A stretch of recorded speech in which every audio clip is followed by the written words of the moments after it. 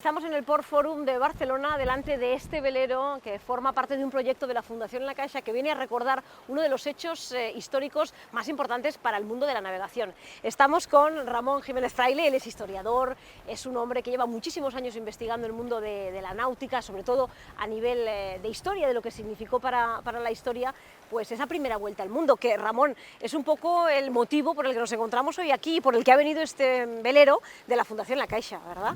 Buenas tardes, Alicia. Efectivamente, estamos aquí y estamos pues un poco para hacer un poco la vida más agradable y alegre en estos tiempos de COVID a nuestros niños, a los más pequeños, porque es cierto, estamos conmemorando el 5º centenario de la primera vuelta al mundo, pero lo estamos haciendo desde una óptica pedagógica para los más pequeños, para insuflarles un poco el gusto por la aventura y para contarles lo que fue esta gesta de la primera vuelta al mundo hace 500 años, desde un velero, para que no solo sean conocimientos, sino que también sean sensaciones, desde un barco que a fin de cuentas se mueve con el mismo combustible que los barcos de hace 500 años, es decir, el viento.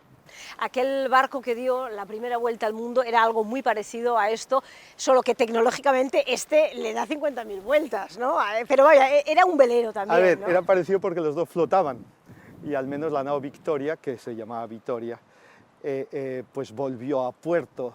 En realidad, aparte del hecho de que flotaran y de que tuvieran velas, hay diferencias muy significativas. En concreto, a los niños les encanta ver por dentro cómo este velero está robotizado y de algún modo todas las funciones que aquí llevan a cabo máquinas, instrumentos, hace 500 años lo llevaban a cabo grumetes.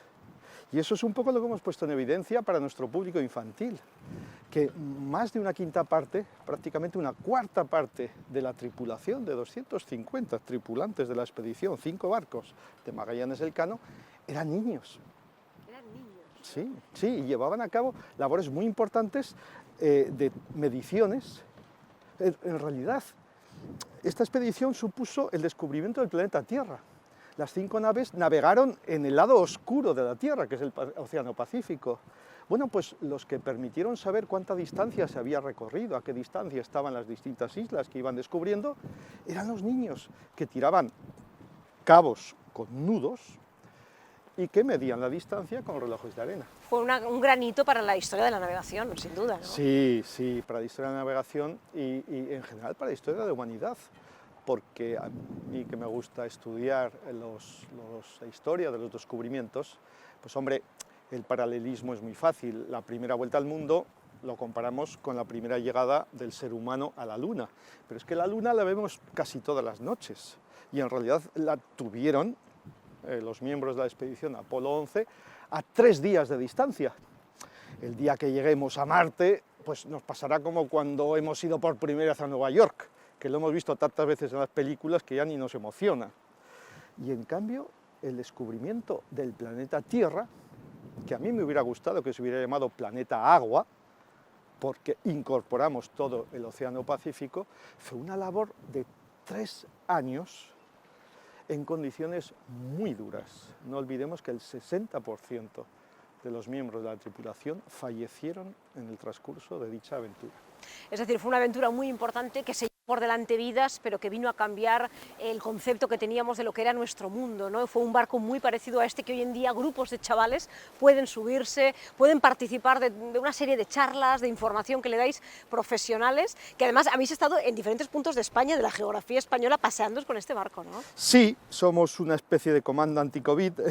En realidad hemos tenido que reducir a mínimos el programa inicialmente previsto, que incorporaba incluso una regata con otros veleros, pero bueno, hemos tenido la suerte de mantener lo básico del programa, haber salido hace mes y medio de Sanlúcar de Barrameda acompañando a alta mar al buque escuela Juan Sebastián Elcano, que va a llevar a cabo la vuelta al mundo y que nos va a estar de vuelta en septiembre del 2022, coincidiendo con la vuelta del Elcano en septiembre de 1522.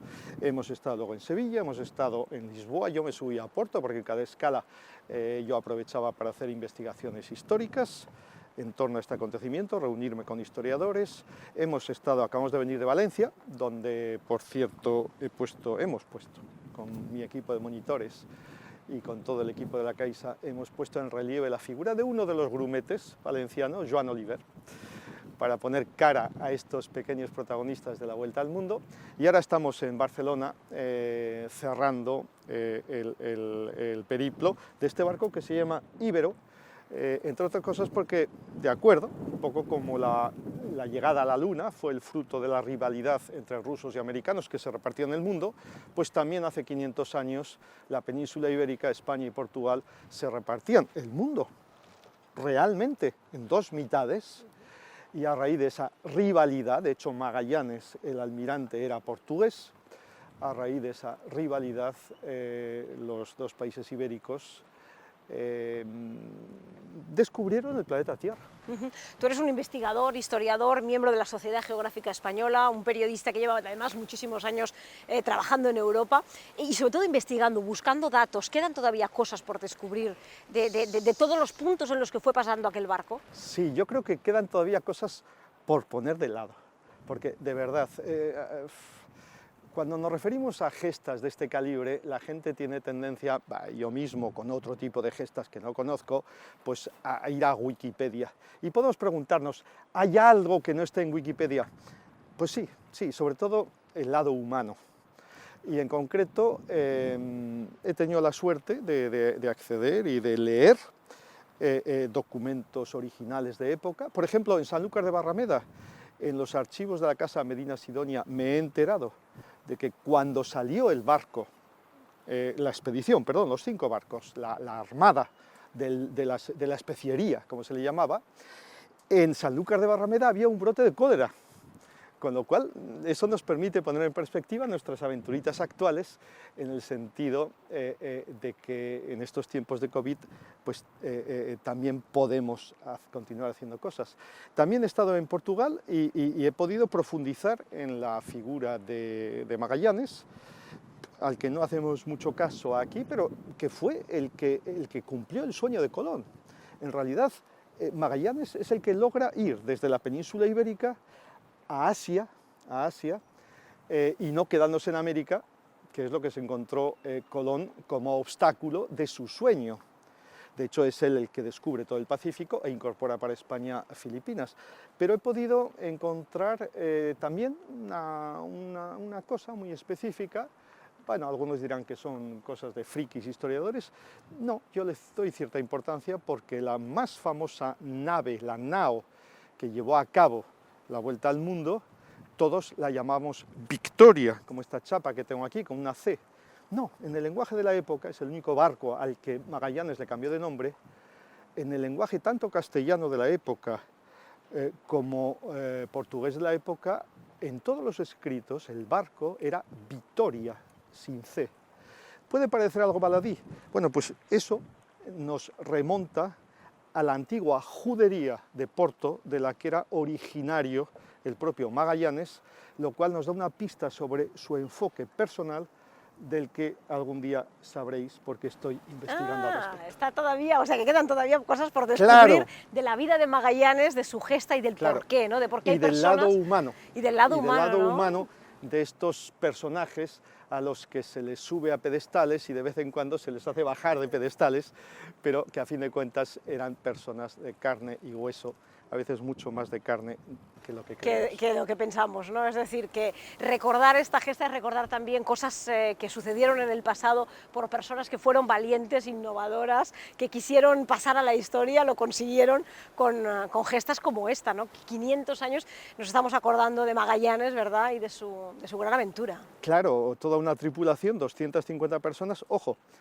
los que se incorporaron voluntariamente a la tripulación y también a mí me gusta, porque creo que ya somos adultos, 500 años después, me gusta a nuestro público, incluso infantil, evocar el papel que cumplieron no solo los grumetes, que muchos de ellos no sabían dónde se metían y que prácticamente murieron todos, y muchos de ellos pidiendo reunirse con sus madres, pero también los esclavos, que fueron incorporados a la fuerza, Cuando estamos diciendo que en Sanlúcar de Barrameda, en septiembre de 1522, hubo 18 personas que bajaron de la nao Vitoria, estamos siendo un poco injustos, porque traíamos también esclavos. Creemos que 3 o 4, 10 habían muerto en el camino. Creo que ellos también tienen que estar en la foto de ese relato, porque también ellos cumplieron su papel, a veces achicando agua de barcos que estaban hechos un desastre 3 años después de haber salido. Bueno, pues agradecemos a la Fundación La Caixa que organice estas jornadas, que hayan estado paseando un velero súper bien equipado, robotizado, pero recordando que en un velero parecido a este se hizo esa gesta, esa primera vuelta al mundo de Magallanes hace 500 años. Estamos celebrando ese aniversario y tú has formado parte de todo ese equipo de pedagogos, de historiadores, que habéis repartido un poquito de información, también datos, y habéis generado esa curiosidad entre los niños, que era un poco el proyecto y la idea de La Caixa, ¿no? Que los niños sean... Sí, tengan ganas de ser aventureros y que tengan ganas de ser innovadores. Yo me quedo ¿no? con una frustración ahora que se acaba después de mes y medio esta operación. A mí lo que me hubiera gustado es ser niño aquí. Me ha tocado ser adulto, pero cuando veía el brillo de los ojillos, y por cierto, muchas veces en ciudades que tenéis la suerte de vivir en un puerto de mar, nos hemos dado cuenta de que hay muchos niños que no se han subido nunca a un barco. Y cuando ves la ilusión, cuando ves la curiosidad que tienen, te aseguro, Alicia, que a mí me han aportado más esos niños que todo lo que les he podido contar al respecto. Pues muchísimas gracias por habernos acercado a este proyecto de la Fundación La Caixa, una manera de celebrar ese 500 aniversario de la primera vuelta al mundo, de una manera que acerquen la historia, el mundo de la náutica, la creatividad y ese espíritu innovador a los niños más jóvenes. Muchísimas gracias. Gracias a vosotros.